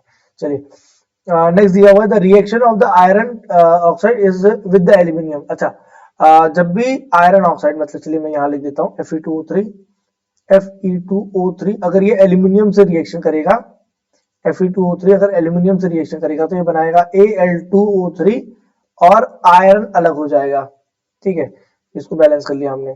तो ये जो रिएक्शन है, इस रिएक्शन को बोलते हैं thermit reaction, THERMIT, thermit reaction. ये जो रिएक्शन है इसको हम थर्मिट रिएक्शन कहते हैं। ये कहाँ पे होता है, रेलवे ट्रैक्स पे होता है। रेलवे ट्रैक्स पे जब जंग लग जाती है उसको जॉइंट को बनाने के लिए वहां पे एल्यूमिनियम से रिएक्शन कराते हैं। कौन सी रिएक्शन है ये, एक प्रकार का एक्सोथर्मिक रिएक्शन, हीट बहुत ज्यादा निकालता है। कौन सा रिएक्शन बेटा, एक्सोथर्मिक रिएक्शन है, ठीक है। चलिए आगे बढ़ते हैं। क्वेश्चन नंबर 29 दिया हुआ है, study the diagram given below. जो नीचे डायग्राम दिया है इसको पढ़ो और बताओ कि जो भी लेबलिंग है, जैसे 1 नंबर पे कौन सा ऑर्गन है, और ये सब आपको बताना है, ठीक है। तो 1 नंबर पे क्या है, देखिए पहले तो ये रेस्पिरेटरी सिस्टम है, ठीक है। तो रेस्पिरेटरी सिस्टम कहाँ से स्टार्ट होता है, नेजल कैविटी से। तो पहला वाला क्या दिया हुआ है, नेजल कैविटी, ठीक है। अब नेक्स्ट हमको क्या दिया हुआ है, सेकंड, ये क्या दिया हुआ है हमारे पास, ये दिया हुआ फेरेंक्स, ठीक है। तीसरा वाला क्या दिया हुआ, लैरिंक्स। फोर्थ नंबर का हमारे क्या दिया हुआ है, ट्रैकिया। फिफ्थ नंबर का हमारे पास दिया लंग्स। सिक्स नंबर का जो ऑर्गन है that is bronchus, BRONCHUS, bronchus. Bronchus के पास 7 नंबर पे हमारे पास दिया है ब्रोंक्यूल्स, एक सेकेंड, 7 नंबर पे हमारे पास दिया है ब्रोंक्यूल्स। इसके बाद 8 नंबर पे जो आउटर मोस्ट कवरिंग होती है उसको हम प्लेरुरा कहते हैं, ठीक है। इसके बाद 9 नंबर पे हमारे पास दिया डायफ्राम, डायफ्राम भी बोलते हैं इसे। और 10th नंबर पे ये हमारे पास सबसे ऊपर दिया नॉस्ट्रल्स, सबसे ऊपर है 10th नंबर, है ना। तो ये हमारे पास क्या दिया हुआ बेटा, नॉस्ट्रल दिया हुआ है। लेवल द 1 to 10, हाँ ये कर दिया, और फिगर को भी रिप्रेजेंट कीजिए। तो हमारे पास ये रेस्पिरेटरी ऑर्गन का है ना, रेस्पिरेटरी सिस्टम है। Name all the parts of the sequence which air from outside reaches to the last part of the lungs. तो सीक्वेंस लिखना है, देखिए सीक्वेंस कैसे लिखेंगे हम यहाँ पे, एक सेकेंड। तो जो भी एयर है वो कहाँ से जा रही है बेटा, देखिए सबसे पहले नॉस्ट्रल में आती है। नॉस्ट्रल, ये 10 नंबर पे जो लिखा है ना नॉस्ट्रल, चलिए मैं यहाँ आपको बता दे रहा हूँ डायरेक्ट। सबसे पहले देखिए 10 नंबर पे जाती है नॉस्ट्रल, ये नॉस्ट्रल से अंदर गई तो नेसल पैसेज, नेसल पैसेज के बाद फेरिंग्स, फेरिंग्स के बाद लैरिंग्स, लैरिंग्स के बाद ये पार्ट आ गया हमारे पास ट्रैकिया, ट्रैकिया के बाद हमारे पास आ गया ब्रोंकाई, ब्रोंकाई के बाद आगे आ गया ब्रोंक्यूल्स, ये तो आगे अंदर डिवाइड हो रहा है। तो ब्रोंक्यूल के बाद ये एल्वोली, जो छोटे छोटे सैक्स होते हैं उनको हम एल्वोली कहते हैं, उन सैक के अंदर चला जाता है, ठीक है। What is the structure and the functional unit of the lungs, lungs की स्ट्रक्चर और फंक्शनल यूनिट क्या कहलाती है, alveoli is the structure and the functional unit of the lungs. क्योंकि एल्वोली सबसे छोटा पार्ट होता है और वो गैसेस एक्सचेंज के लिए भी हेल्पफुल होता है, लार्जर सरफेस एरिया प्रोवाइड करता है कि गैसेस अच्छे से एक्सचेंज हो जाए। Important role played by them, हाँ बता दिया मैंने। तो लार्जर सरफेस एरिया प्रोवाइड करता है कि गैसेस एक्सचेंज के लिए, इजीली गैस एक्सचेंज हो जाए ब्लड से एयर में, एयर से ब्लड में, ठीक है। चलिए इसके बाद हमें दिया हुआ है question number 30, explain Mendel's observation when he cross the capital T with the homogeneous draft T. Self cross है, मतलब वो ये कह रहा है कि कैपिटल टी मतलब ये टॉल प्लांट है, प्योर टॉल प्लांट है, इसका क्रॉस किया गया स्मॉल टी प्योर डॉफ प्लांट से साथ। तो क्रॉस कीजिए, कैपिटल टी और स्मॉल टी आ जाएगा, कैपिटल टी क्या, sorry capital T small T, फिर आ जाएगा हमारे पास कैपिटल टी और यहां से small T, capital T small T, capital T small T, और यहां से आ जाएगा कैपिटल टी और स्मॉल टी, ठीक है। तो ये हमारे पास पहला तो सीक्वेंसिंग आ रही है। तो ये सारे के सारे जो प्लांट है, ये सारे के सारे टॉल हैं। सारे के सारे क्या है बेटा? टॉल हैं। सारे के सारे क्या है?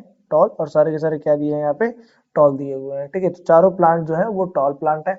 अच्छा, इसके बाद बोल रहा है कि मान लीजिए हमारे पास जो टॉल प्लांट है, अगर वो भी अगर आपस में क्रॉस हो जाए, मतलब ये जो टॉल और जो ये डॉफ प्लांट है, ये जो इसका टॉल आया है, मतलब जिसका जेनोटाइप हमारे पास दिया हुआ है कैपिटल टी स्मॉल टी, अगर ये आपस में क्रॉस होता है, एक सेकेंड, अगर ये आपस में क्रॉस होता है तो कैसे आएगा? एक सेकेंड, क्या आएगा? कैपिटल टी 2 बार आ गया, फिर आ जाएगा कैपिटल टी और यहां से आ जाएगा स्मॉल टी, फिर आ जाएगा कैपिटल टी स्मॉल टी, और फिर आ जाएगा स्मॉल टी। ये 2 दिए है हमारे पास, है ना? ये आ जाएगा हमारे पास स्मॉल टी। ठीक है, सो यहाँ पे हमारे पास केस क्या बन रहा है? ये प्योर टॉल हो गया। ये दोनों प्लांट टॉल हैं। ठीक है, ये दोनों प्लांट क्या है? टॉल हैं। तो ये भी टॉल कहलाएगा और ये भी टॉल कहलाएगा, तो मतलब फेनोटाइप तो आ जाएगा टॉल और ये आ जाएगा स्मॉल। तो देखो जेनोटाइप जो है, जेनोटाइप क्या आएगा? जेनोटाइप आएगा कैपिटल टी कितने आएंगे? 1। कैपिटल टी स्मॉल टी का रेशियो कितना आएगा? 2। और स्मॉल टी का रेशियो कितना आएगा? 1। फेनोटाइप क्या आएगा? फेनोटाइप में टॉल कितने हैं? टॉल हमारे पास 3 है। ठीक है, एक मिनट, फेनोटाइप लिख दूं मैं पूरा। फेनोटाइप, टॉल कितने हमारे पास? 3। और स्मॉल कितना है? स्मॉल हमारे पास 1 है। ठीक है, चलिए। ये हमारे पास कुल मिला के जो भी दिया गया है, कैपिटल टी स्मॉल टी जो क्रॉस करने के बाद आएगा, मैंने दोनों केसेस लिख दिए, आप देख लीजिएगा। चलिए नेक्स्ट क्वेश्चन की तरफ बढ़ता है। Question number 31, a student wants to project the image of candle की इमेज लगानी, उसको कहाँ पे? 80 सेंटीमीटर दूर लगानी है, और जो कैंडल का डिस्टेंस है वो 20 सेंटीमीटर है। मतलब आपको यू और वी दोनों दिया हुआ है।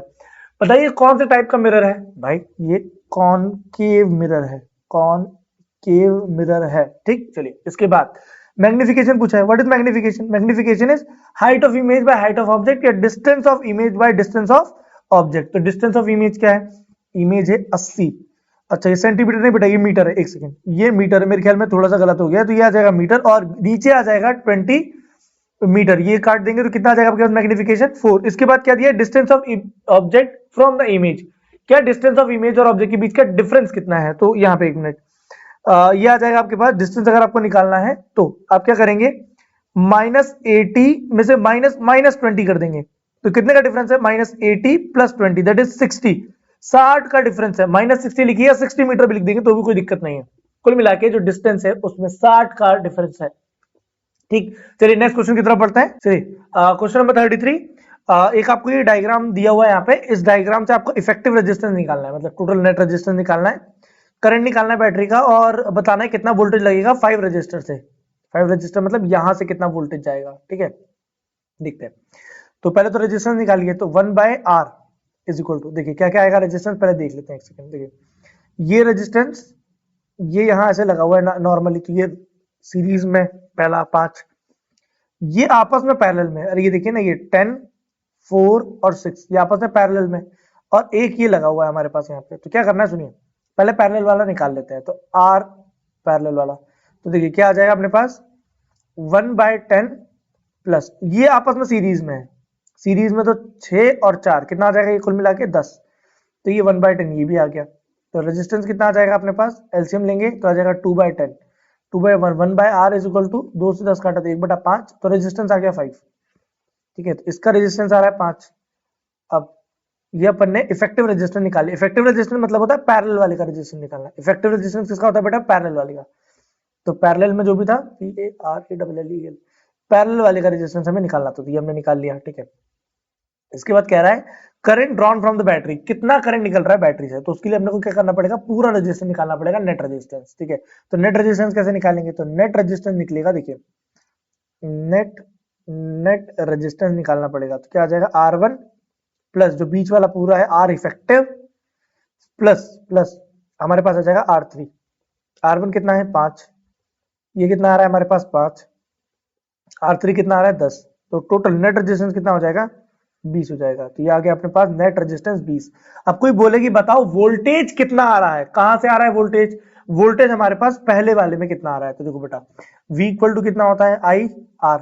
तो कुल मिला के देखिए हमारे पास करंट कितना जा रहा है हमारे पास। अच्छा करंट तो अभी हमने निकाला ही ना, ऊपर वाले में करंट निकालना था, चलिए यहाँ से करंट निकाल लेते हैं। I is equal to V equal to होता है I R, V equal to I R, तो आई निकाल लीजिए पहले, तो वोल्टेज अपॉन में रेजिस्टेंस, तो वोल्टेज कितना है बेटा, वोल्टेज हमारे पास है 20, देखिए ये लिखा हुआ है 20 वोल्टेज है, और टोटल रेजिस्टेंस कितना है, टोटल रेजिस्टेंस है हमारे पास 20, तो कितना एम्पियर करंट जा रहा है बेटा, 1 एम्पियर करंट जा रहा है, कितना एम्पियर करंट जा रहा है बेटा, 1 एम्पियर करंट जा रहा है। अच्छा इसके बाद पूछ रहा है वोल्टेज बताओ पहले वाले में से वोल्टेज कितना जा रहा है, तो तीसरा वाला जो क्वेश्चन है ये देखिए, पहला वाला क्वेश्चन था, ये दूसरा वाला क्वेश्चन है, ये तीसरा वाला क्वेश्चन है, तो हमारे पास क्या आ जाएगा यहाँ पे V equal to I R, तो यहाँ पे बताओ वोल्टेज कितना जाएगा, V equal to I, I कितना है हमारे पास, करंट है 1, रेजिस्टेंस कितना है 5, तो V इक्वल टू कितना आ जाएगा 5, तो ये पहले वाले का जो मतलब तीसरा वाला जो क्वेश्चन है इसका वोल्टेज हमारे पास दिया हुआ है 5 वोल्ट। ठीक है, चलिए आगे बढ़ते हैं, question number 34 section D, 5 marks का एक क्वेश्चन रहेगा इसमें से, वेट, हाँ 5 मार्क्स का एक क्वेश्चन रहेगा इसमें से, ठीक है, चलिए ये करेंगे अब हम सॉल्व। हमारे पास दिया गया है व्हाट इज मीथेन, बताओ मीथेन क्या है, देखिए मीथेन एक प्रकार से एल्केन है, ठीक है, एल्केन, और जो इसका मीथेन का फॉर्मूला होता है वो CH4 होता है। Methane is a kind of gas, बहुत सिंपल हाइड्रोकार्बन है एक प्रकार का। हाँ, draw the electron dot structure, electron dot structure बताना है, इसका बता नहीं है क्या दिक्कत है। कार्बन के आउटरमोस्ट शेल पे 4 इलेक्ट्रॉन होता है, हाइड्रोजन के आउटरमोस्ट शेल पे एक इलेक्ट्रॉन होता है, ठीक है, हाइड्रोजन के आउटरमोस्ट शेल पे एक इलेक्ट्रॉन होता है। तो कार्बन जैसे हाइड्रोजन है, हाइड्रोजन का डबलेट पूरा हुआ, हाइड्रोजन का डबलेट पूरा हुआ, इसका भी डबलेट पूरा हुआ, और इसका भी डबलेट पूरा हुआ, और बाकी बाकी आखिरी में हमारे पास यहाँ पर ये ऑक्टेट पूरा हो गया है कार्बन का, ठीक है, ये कार्बन का ये हमारे पास ये ऑक्टेट आ गया है यहाँ पे, ठीक है।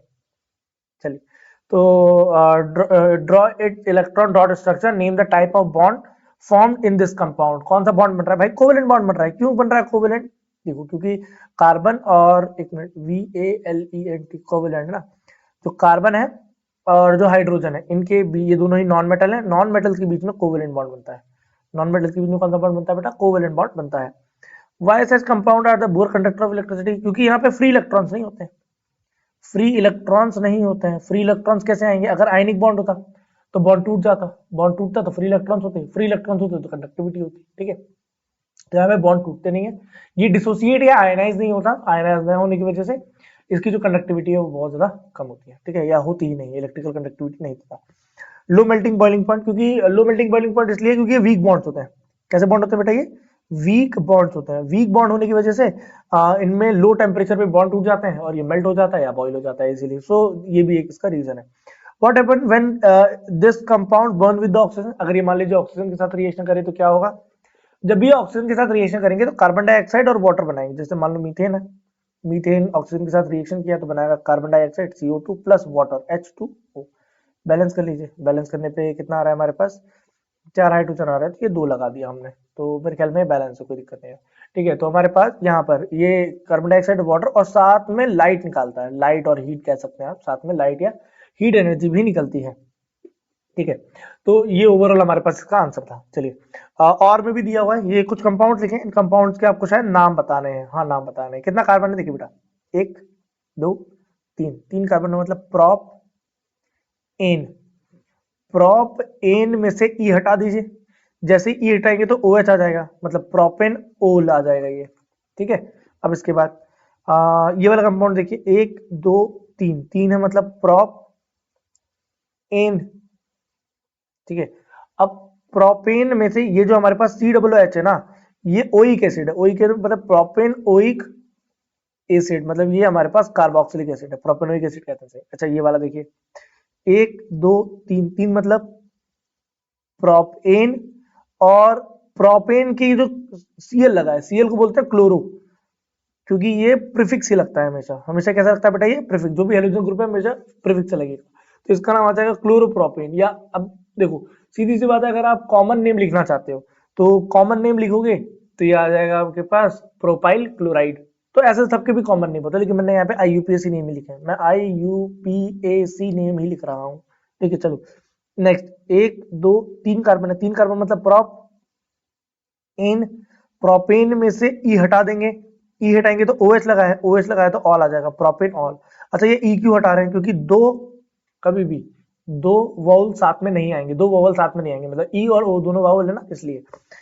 इसके बाद दिया हुआ है 1 2 3, 3 मतलब प्रोप, ठीक है, एन, अब प्रॉप एन नहीं आएगा, क्यों नहीं आएगा प्रोपेन, क्योंकि पहला दूसरा तीसरा पहले कार्बन पे ही ट्रिपल बॉन्ड, मतलब प्रोप आइन, प्रोप वन आइन आ जाएगा, प्रॉप वन आइन आ जाएगा। ठीक है, चलिए इसके बाद 1 2 3 4, 4 मतलब ब्यूट। ठीक है, और ब्यूट है तो यहाँ पे 1 और 2 दूसरे नंबर पे ओन आ रहा है, ब्यूटेन ऑन, सॉरी ब्यूटेन तो लिखना पहले, ब्यूट एन, ब्यूट एन में से ई हटा देंगे और हमारे पास 2 पे आ जाएगा ओन, ब्यूटेन टू ओन, एक second, O N E, butane two one आ जाएगा। ठीक है, चलिए अगला पढ़ते हैं। 35 नंबर का क्वेश्चन है, 35 नंबर का क्वेश्चन है, और मार्किंग तो वैसे इसकी 5 ही है।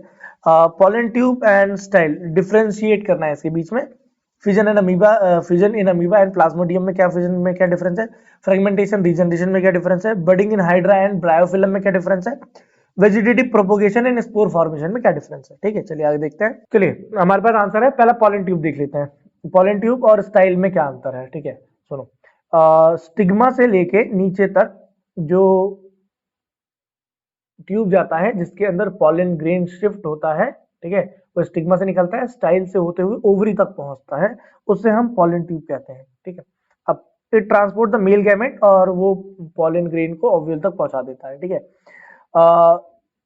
जो स्टाइल है, स्टाइल एक बीच वाला पार्ट होता है जिसके थ्रू पॉलन ट्यूब जाता है, तो which allows the part to the pollen tube to grow, pollen tube grow होता है जिसके थ्रू जाता है वो।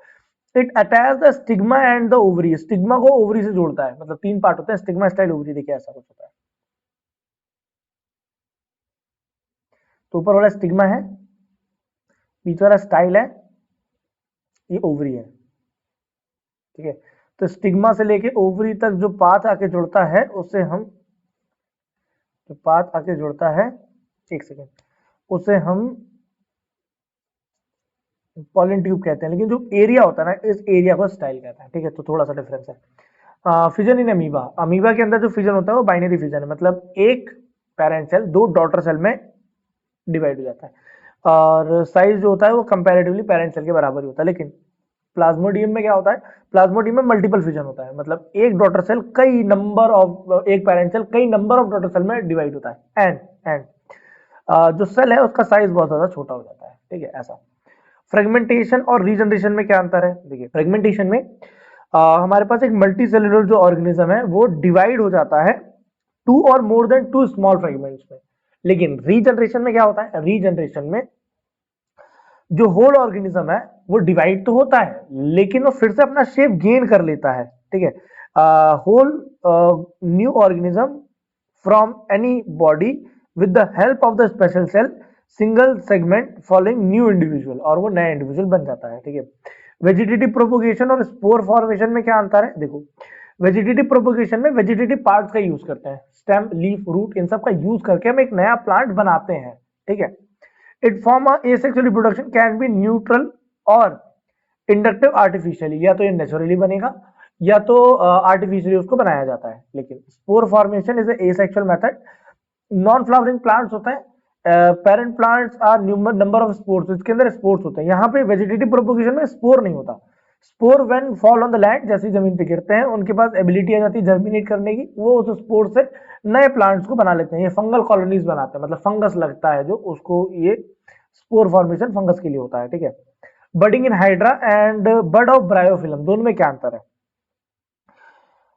जो बडिंग है वो outgrowth of the body of Hydra which get fully grown and detach, पहले क्या होता है, जो हाइड्रा का बड है वो ग्रो करता है, ग्रो करने के बाद डिटैच हो जाता है, अलग हो जाता है, and become the new individual, और एक नया इंडिविजुअल बन जाता है। ठीक है, बट जो लीफ ऑफ ब्रायोफिलम है वो जो नया बड बनाता है, it come in contact with the soil and other favourable condition, the birds hair numerous single leaf at a time, एक लीफ में कई सारे बर्ड्स होते हैं, एक नहीं होता, कई सारे बर्ड्स होते हैं, यहाँ पे एक बार में एक ही बर्ड निकलता है। ठीक है, तो ये बेसिक डिफरेंस है। चलिए और वाला हमारे पास एक क्वेश्चन दिया है, एक डायग्राम बोल रहा है, ये नीचे दिया गया डायग्राम है, उसको देखो और इसके हिसाब से जो भी आपके क्वेश्चन है उनका आंसर करो।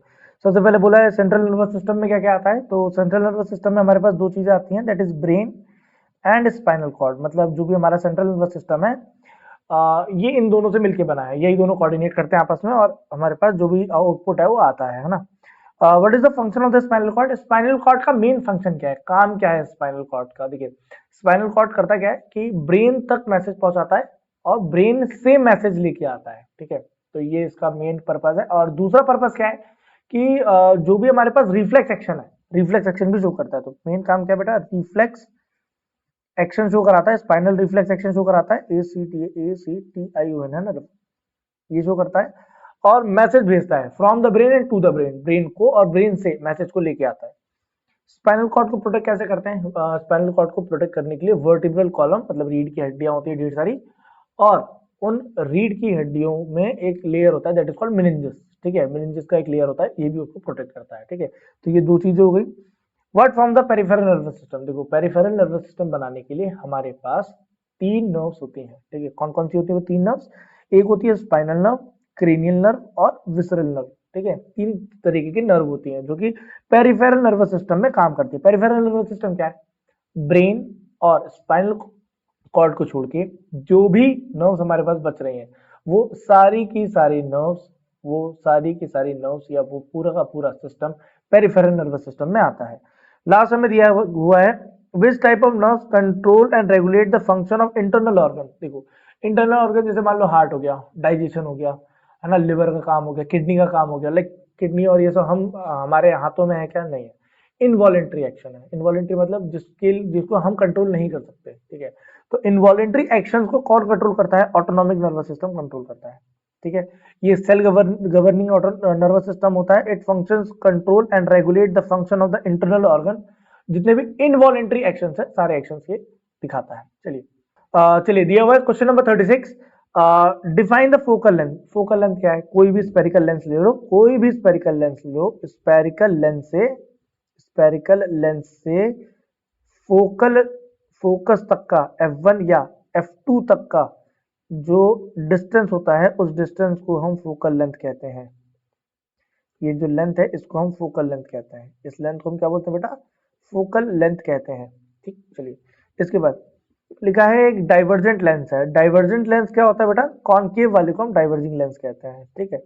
और उस ये पहले वाले का तो आंसर दे दिया मैंने, एंड सेकंड वाले का आंसर ले लेते हैं यहाँ पे, है ना। सेकंड वाले का आंसर ले लेते हैं। एक डाइवर्जिंग लेंस है, ठीक है भैया, बना लिया हमने एक डाइवर्जिंग लेंस, ठीक, चलो बन गया। ये ओ है, ठीक है। चलिए डाइवर्जिंग लेंस है, फोकल लेंथ दिया हुआ है 30 सेंटीमीटर, मतलब यहाँ पे F1 है, ये F2 है, ये इधर 2F1 है, ये अपने पास यहाँ पे 2F2 है, ठीक है। हाइट कितना दिया हुआ है? 5 सेंटीमीटर हाइट दिया है, 5 सेंटीमीटर। फोकल लेंथ 30 है, ठीक है, 30 5 सेंटीमीटर है ऑप्टिकल सेंटर से। The image is from 15 centimetre away from the lens, lens से 15 सेंटीमीटर दूर बन रही है। Find the size of the image. तो एक काम करते हैं, पहले न्यूमेरिकल कर लेते हैं। Focal length, wait, focal length दिया हुआ है 30, वेट एक सेकेंड, फोकल लेंथ दिया हुआ है 30, इमेज जो दिया हुआ है, इमेज मतलब आपको दिया हुआ है वी कहाँ बन रहा है? 15 सेंटीमीटर दूर बन रहा है, ठीक है। अब हमारे पास जो इमेज है वो लेफ्ट साइड में ही बनेगा, इसलिए इमेज जो है उसको नेगेटिव लेंगे, ठीक है। और फोकल लेंथ भी फिर नेगेटिव आएगा क्योंकि इमेज लेफ्ट में बन रहा है। चलिए तो 1/f इज इक्वल टू 1 में v माइनस 1 में u, वैल्यू पुट कर दो। तो 1 माइनस 30 इज इक्वल टू 1 में v आ जाएगा माइनस का 15 और माइनस 1 में u। तो 1/u इधर भेज दिया, माइनस 1/15 वैसा का वैसा, और प्लस 1/30 आ गया। 15 और 30 का एलसीएम ले लेंगे, तो 15 और 30 का एलसीएम, 2 बार में 15 ही आ गया, 15 3 बार में 5 और आ गया 5, 5 बार में आ गया 1 और 1, 5 3 जा 15, 15 2 जा 30, तो आ गया 30। तो 1 में u, 15 से काटा तो कितना आ गया आपके पास? 2, माइनस 2 प्लस 1, तो 1/u is equal to minus 1/30। तो u जो है वो -30 आ रहा है। तो हमारे पास ऑब्जेक्ट दिया है -30 पे, -30 मतलब जो ऑब्जेक्ट है वो हमारा कहीं यहाँ बन रहा है, क्योंकि फोकल लेंथ भी 30 यहाँ फोकस से बन रहा है ऑब्जेक्ट। ऑब्जेक्ट जब भी फोकस पे रखा रहेगा तो एक जाएगी parallel to the principal axis और ये गुजर जाएगी ये ऊपर। तो कहाँ से निकलेगी बेटा? ये फोकस से निकलेगी। तो इमेज कहाँ से निकलेगी बेटा? फोकस से। और एक जो रे है वो सीधे फोकस से ऑप्टिकल सेंटर से जाके गुजरेगी। जैसे एक रे ऑप्टिकल सेंटर से जाके गुजरेगी तो जो इमेज है वो इमेज कहाँ बनेगा? जैसे ए बी है, इस ए बी का जो इमेज है वो ए डैश बी डैश यहाँ पे बनेगा। कहाँ बनेगा बेटा? Between optical centre and F1। कहाँ बनेगा बेटा? Between optical centre and F1। ठीक है, साइज ऑफ द इमेज भी निकालना था, तो ये तो देखिए रे डायग्राम जो बनाना था, रे डायग्राम हमने यहाँ पे बना दिया। ठीक है, आपको हाइट ऑफ द इमेज भी निकालना है, तो इसको कैसे निकालेंगे हम? मैग्निफिकेशन से। मैं एलसीएम मिटा दे रहा हूँ, जो यहाँ पर फैक्टर्स लिए इसको मैं निपटा दे रहा हूँ। चलिए, तो हमारे पास यहाँ पे मैग्निफिकेशन का formula height of image by height of object. तो हाइट ऑफ इमेज तो हमें निकालना है, चलो बहुत बढ़िया बात है। Height of object, height of object, height of object 5 centimetre दिया हुआ है। चलिए, मैग्निफिकेशन होता है distance of image by distance of object. तो डिस्टेंस ऑफ इमेज क्या दिया हुआ है? इमेज तक का डिस्टेंस हमारे पास है, v का वैल्यू दिया हुआ है, एक सेकेंड, v का वैल्यू हमारे पास दिया हुआ है 15 सेंटीमीटर। तो इमेज जो है वो 15 सेंटीमीटर दिया है, वो भी लेफ्ट में, इसलिए माइनस, और एक फॉर्मूले का माइनस, नहीं फॉर्मूले में माइनस नहीं आएगा, और एक सेकेंड, हमारे पास इमेज दिया हुआ है -30, तो माइनस से माइनस कैंसिल कर देते हैं। तो हाइट ऑफ इमेज हमारे पास, ऑब्जेक्ट इमेज हमारे पास आ जाएगा, एक सेकेंड, हाइट ऑफ इमेज हमारे पास आ जाएगा, देखो 5 से 30 को काटेंगे तो ये आ जाएगा 6, फिर 3 की टेबल से काटा तो 2, 3 की टेबल से काटा तो आ जाएगा हमारे पास 5, तो आ जाएगा 5/2। ये हाइट ऑफ इमेज आ जाएगा हमारे पास, एक सेकेंड, हाइट ऑफ इमेज आ जाएगा हमारे पास 2.5। ये हाइट ऑफ इमेज आ गया 2.5 सेंटीमीटर का हमारे पास ये ऑब्जेक्ट बनेगा। ठीक है, चलिए, दो लेंसेज दिए हुए हैं हमारे पास, दोनों का पावर ये दिया हुआ है +2 और एक का दिया हुआ है -4 डायप्टर। पहले तो बताइए नेचर एंड, एक मिनट आपको बताना है, यहाँ पे नेचर बताना है और फोकल लेंथ बताना है एक, हर एक का। ठीक है, देखो एक बात समझना, हमारे पास जब भी पॉजिटिव लिखा आएगा, ठीक है, तो positive focal length, positive focal length किसका होता है? पॉजिटिव फोकल लेंथ कॉन्वेक्स का होता है। कॉन्वेक्स क्या है बेटा? कन्वर्जिंग है। ठीक है, और प्लस अगर माइनस अगर लिखा है तो ये कॉनकेव का है, कॉनकेव का है। कॉनकेव एक डाइवर्जिंग लेंस है। ठीक है, फोकल लेंथ बताइए, देखो सुनो, power is equal to 1/f। तो पावर कितना है बेटा? पहले वाले का +2 है, तो फोकल लेंथ कितना आ जाएगा? फोकल लेंथ आ जाएगा, एक सेकेंड एक सेकेंड एक सेकेंड, फोकल लेंथ आ जाएगा 1/2। 1/2 मतलब 0.5, ये फोकल लेंथ आ गया प्लस में। ठीक है, प्लस में आ गया 0.5, और इसके बाद power is equal to 1/f। तो पावर कितना है? -4 is equal to 1/f, wait, F is equal to हो जाएगा -1/4, और फोकल लेंथ कितना आ जाएगा? -0.25, फोकल लेंथ आ जाएगा -0.25। तो यहाँ पर the nature and the focal length of the each lenses, तो पहले वाले का 0.25 है, दूसरे वाले का पहले वाले का +0.5 है, दूसरे वाले का -0.25 है। ठीक है, चलिए, इसके आगे वाला क्वेश्चन क्या बोला है कि जो भी डिस्टेंस है ऑब्जेक्ट की वो 100 सेंटीमीटर है अबव लेंसेज से। तो जो भी अबव लेंसेज हैं इनके हिसाब से देखेंगे अब हम। कैलकुलेट द इमेज, ठीक है, इमेज डिस्टेंस निकालो, मैग्निफिकेशन निकालो। ठीक है, ठीक है, जो ऑब्जेक्ट है मतलब यू, हमारे पास जो ऑब्जेक्ट है वो ऑब्जेक्ट है 100 सेंटीमीटर पे है, तो -100 सेंटीमीटर आ गया। ठीक है, एक सेकेंड, -100 सेंटीमीटर आ गया। इमेज डिस्टेंस आपको निकालना है, तो पहले हम क्या करते हैं, केस नंबर 1 ले लेते हैं। मतलब केस नंबर 1 में फोकल लेंथ कितना है? 0.5 है ना।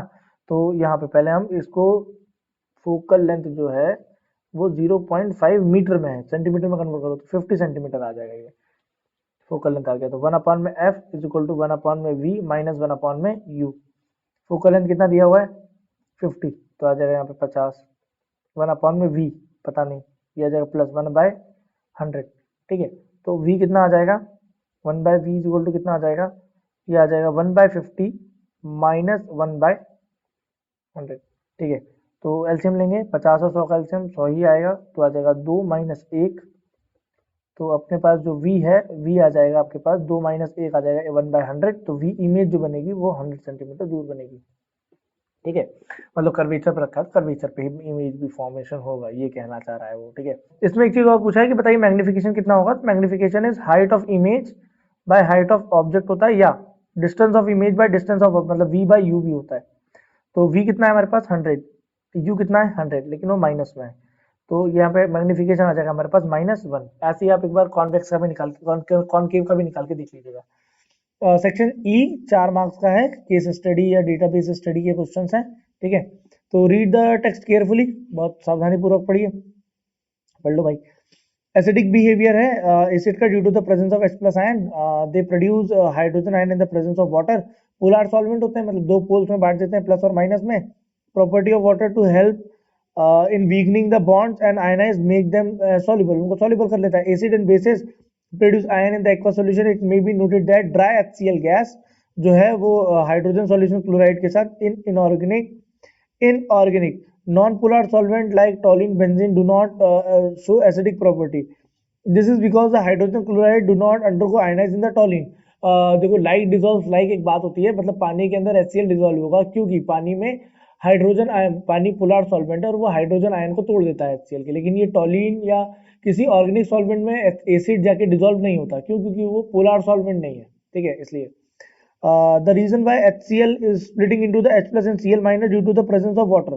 वाटर में डिसॉल्व होगा क्योंकि वाटर एक पोलर सॉल्वेंट है और एसिड जो HCl है वो भी पोलर है, लेकिन ऑर्गेनिक में क्यों नहीं डिसॉल्व हो रहा है? क्योंकि वो नॉन पोलर सॉल्वेंट है, ठीक है। ये नीचे लिखा हुआ, पढ़ सकते हो, लिखा हुआ आखिरी लाइन, ठीक है। Which acid are present in bee sting? Bee sting में कौन सा एसिड होता है? तो बी स्टिंग में हमारे पास फॉर्मिक एसिड होता है। फॉर्मिक एसिड एक ऑर्गेनिक एसिड है। चलिए, इसी में अगला क्वेश्चन पूछा है, if the pH of the solution is 8, बताओ अगर पीएच ऑफ द सॉल्यूशन 8 है तो क्या होगा? देखो हमारे पास अगर पीएच ऑफ द सॉल्यूशन 8 है तो हमारे पास वैल्यू कितनी आएगी, ठीक है। चलो ये पता करते हैं। हमारे पास पीएच का फॉर्मूला होता है minus log 10H plus ion, ये पीएच का फॉर्मूला होता है पहली बात तो, ठीक है। और लॉग 10 पीएच आयन कितना है हमारे पास? 8, तो minus log 10H plus ion is equal to 8, minus उधर ट्रांसफर कर दो, log 10H plus ion is equal to minus 8। Log को उधर भेजेंगे तो H प्लस आयन का कंसंट्रेशन कितना हो जाएगा? 10 की पावर माइनस 8, ये H प्लस आयन का कंसंट्रेशन हो जाएगा हमारे पास, ठीक है। चलिए नेक्स्ट क्वेश्चन देखते हैं। If you are given water, hydrochloric acid, acidic acid और मेंशन इनका तीन चीज, मतलब इन तीनों का एसिडिक ऑर्डर लिखो। सबसे कम एसिडिक क्या होता है भाई? पानी होता है। उससे ज्यादा एसिडिक एसिटिक एसिड होता है, ठीक है। और उससे ज्यादा एसिडिक HCl हाइड्रोक्लोरिक एसिड होता है, ठीक है। तो ये ऑर्डर, ये तो बहुत सिंपल क्वेश्चन था। चलिए read the text carefully, question number 38, ठीक है। जो भी एनिमल्स हैं उनके पास नर्वस सिस्टम होता है कंट्रोल एंड कोऑर्डिनेशन के लिए, बट प्लांट्स के पास ना तो नर्वस सिस्टम होता है ना ही मसल होता है। They how do they respond? भाई उनके पास हार्मोन्स होते हैं। When we touch the leave, छुई मुई के पेड़ को अगर हम छूते हैं तो वो ड्रूप ऑफ हो जाती है, मतलब सिकुड़ उड़ जाती है। दे begin to fold up and droop when a seed germinate, the root grows down, the stem come up into the air, what happened? मतलब ऐसा बोल रहा है कि जब भी ऐसे बीज डालते हैं तो जो शूट होता है वो ऊपर आता है, जो रूट होता है वो नीचे जाता है, तो ऐसा क्यों? Firstly the leaf of the sensitive plant move very quickly in the response to the touch, touch के रिस्पॉन्स में बहुत जल्दी काम करता है। There is no growth involved in the movement. On the other hand, the directional movement of the seedling caused by the growth. तो if there is no growth movement, अगर वहां पे कोई भी growth movement नहीं होता, on the other hand अगर वहां पे directional movement नहीं होता, तो क्या हम growing मतलब growth को कर पाते? क्वेश्चन नंबर 1 दिया हुआ है, right the type of movement, movement के टाइप्स बताओ। तो हमारे पास दो तरह के मूवमेंट होते हैं, ट्रॉपिक, ट्रॉपिक और एक होता है नेस्टिक, ठीक है। नेस्टिक, दो प्रकार के मूवमेंट होते हैं। एक जो मूवमेंट होता है वो डायरेक्शनल होता है, जो ट्रॉपिक मूवमेंट है वो डायरेक्शनल है। एक मिनट ना, जो ट्रॉपिक मूवमेंट है वो डायरेक्शनल है, जो नेस्टिक मूवमेंट है वो नॉन डायरेक्शनल है। अब ट्रॉपिक मूवमेंट डायरेक्शनल कैसे? जैसे सीड डाला, सीड ग्रो किया तो शूट ऊपर आ गया, रूट नीचे चला गया, तो ये डायरेक्शन है, मतलब शूट ऊपर की डायरेक्शन में आ रहा है, रूट नीचे की डायरेक्शन में जा रहा है, ऐसा। और नेस्टिक मूवमेंट नॉन डायरेक्शन होता है। नॉन डायरेक्शन इट मीन्स कि जो भी हमारे मतलब छुई मुई का पेड़ है ना, वो आपके टच करने पे अपने उसने अपना फेस नहीं मोड़ा, पूरा प्लांट नहीं मुड़ गया, वो सिकुड़ गया अपना, है ना। सो वो नॉन डायरेक्शनल मूवमेंट है, मतलब मूवमेंट हो रहा है लेकिन वो नॉन डायरेक्शनल है, ठीक है, ऐसा। Give an example of plant hormone that promote the growth, ऐसे कोई भी हार्मोन का नाम बताइए जो कि मूवमेंट को, ग्रोथ मूवमेंट को ऐसे दिखाता है। तो बहुत सारे हार्मोन्स, ऐसे 4 हार्मोन्स होते हैं वैसे तो, है ना, 5 हार्मोन्स होता है, auxin, gibberellin, cytokinin, abscisic acid और इथिलीन, ठीक है। तो ये 4-5 हार्मोन हमारे पास होते हैं। ये सारे हार्मोन मिलके ग्रोथ ऑफ द प्लांट करते हैं। जैसे फॉर एग्जांपल कैसे करते हैं? स्टोमेटा को क्लोज करना, स्टोमेटा को ओपन करना, फ्रूट का ग्रोथ करना, wilting and falling of the leaves, ये सब काम करना, तो सारे काम ये हार्मोन्स ही कर रहे हैं, ठीक है। अब डायरेक्शनल का बोलेंगे, जैसे ऑक्सीजन है, जिस साइड ज्यादा ऑक्सीजन होता है उस साइड प्लांट ज्यादा ग्रो करता है, सनलाइट जहाँ ज्यादा प्रेजेंट होती है उस साइड ज्यादा ऑक्सीजन आ जाता है। तो ये सब उसके टाइप्स दिए हुए हैं। What is the function of the nervous system? Function क्या होता है नर्वस सिस्टम का? देखो नर्वस सिस्टम का फंक्शन ये है कि जो भी रिस्पॉन्स आ रहा है फ्रॉम द रिसेप्टर और द सेल उसको ब्रेन तक पहुंचाना और ब्रेन की मदद से उसका रिस्पॉन्ड करना। तो ये ह्यूमंस के अंदर होता है, एनिमल्स के अंदर होता है। प्लांट्स के अंदर ब्रेन नहीं होता है, उनके अंदर सिर्फ हार्मोन्स होता है। तो नर्वस सिस्टम क्या है?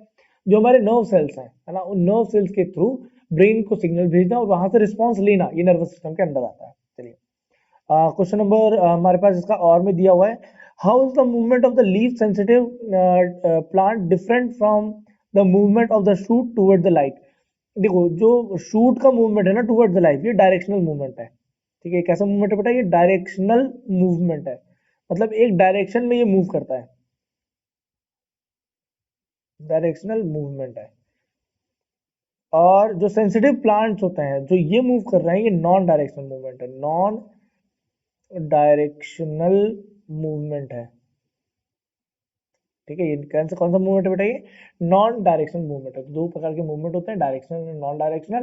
तो जो भी हमारे लीफ फोल्ड हो रही है नॉन डायरेक्शनल मूवमेंट है, और जब भी हमारे पास कोई रूट या शूट एक डायरेक्शन में भागता है ये डायरेक्शनल मूवमेंट है। ठीक है, चलिए दिया हुआ है 39 हमारे पास, read the text carefully and answer the following question. ये आंसर आपको देने हैं। A student fix a sheet of white paper and drawing the white board adhesive material, भी एडिसिव मटेरियल लगाया है।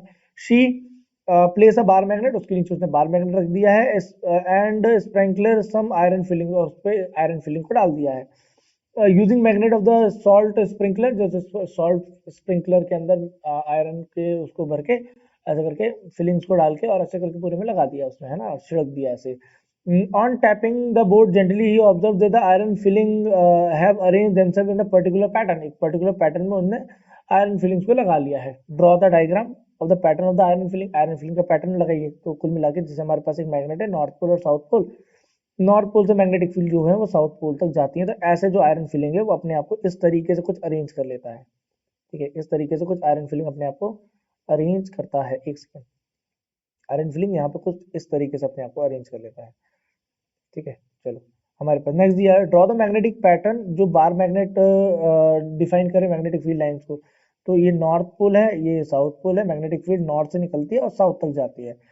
तो इसको हम कुछ इस तरीके से दिखा सकते हैं, इस चीज को हम कुछ इस तरीके से शो कर सकते हैं, ये ऐसा शो हो जाएगा। ठीक है, तो मैग्नेटिक फील्ड ये नॉर्थ से साउथ आ रही है। ठीक है, तो draw the magnetic field lines और showing the poles of the bar magnet as well as the direction of the magnetic field lines, दिखा दिया भाई। चलिए नेक्स्ट क्वेश्चन ने पूछा है, how is the direction of magnetic field determined by the field lines? जो field lines पे हम डायरेक्शन देखते हैं वो कैसे पता करते हैं? तो सिंपल है, निडल से, कंपास निडल। ठीक है, कंपास निडल का यूज करते हैं, कंपास निडल का यूज करते हैं, और कंपास निडल का यूज करके हम पता कर लेते हैं कि मैग्नेटिक फील्ड कहाँ से कहाँ तक गई है। नेक्स्ट दिया है एक मिनट में, नेक्स्ट दिया है, why do two magnetic field lines do not cross each other? एक ही पॉइंट पर दो डायरेक्शन शो नहीं करता है मैग्नेटिक निडल। अगर वो एक ही पॉइंट पर दो डायरेक्शन शो करेगा तब तो हम मान लेंगे कि हाँ मैग्नेटिक जो निडल है वो एक ही पॉइंट पे दो जगह जा रही है या क्रॉस कर रही है एक दूसरे को। एक ही पॉइंट पे मैग्नेटिक निडल दो डायरेक्शन शो कर ही नहीं पाता, इसलिए मैग्नेटिक फील्ड लाइन सिर्फ एक ही डायरेक्शन में जाता है, मतलब एक दूसरे को इंटरसेक्ट नहीं करता है। ठीक है, चलिए थैंक यू सो मच हमारे साथ जुड़ने के लिए। ये सैंपल पेपर नंबर 4 है, ऐसे इंपॉर्टेंट क्वेश्चन हम और भी आगे आपके पास सीरीज में लेके आएंगे। चैनल पे बहुत सारे शॉर्ट्स डले हैं, बहुत सारा इससे पहले जो पूरा चैप्टर का मटेरियल है वो पूरा डला हुआ है, इंपॉर्टेंट क्वेश्चन हम डाल रहे हैं। असर्शन रीजन के कुछ वीडियोस है हमारे पास, ज़्यादा नहीं 10 15 या 20 मिनट की वीडियोस होंगे, वो भी देखिए जरूर। Thank you so much.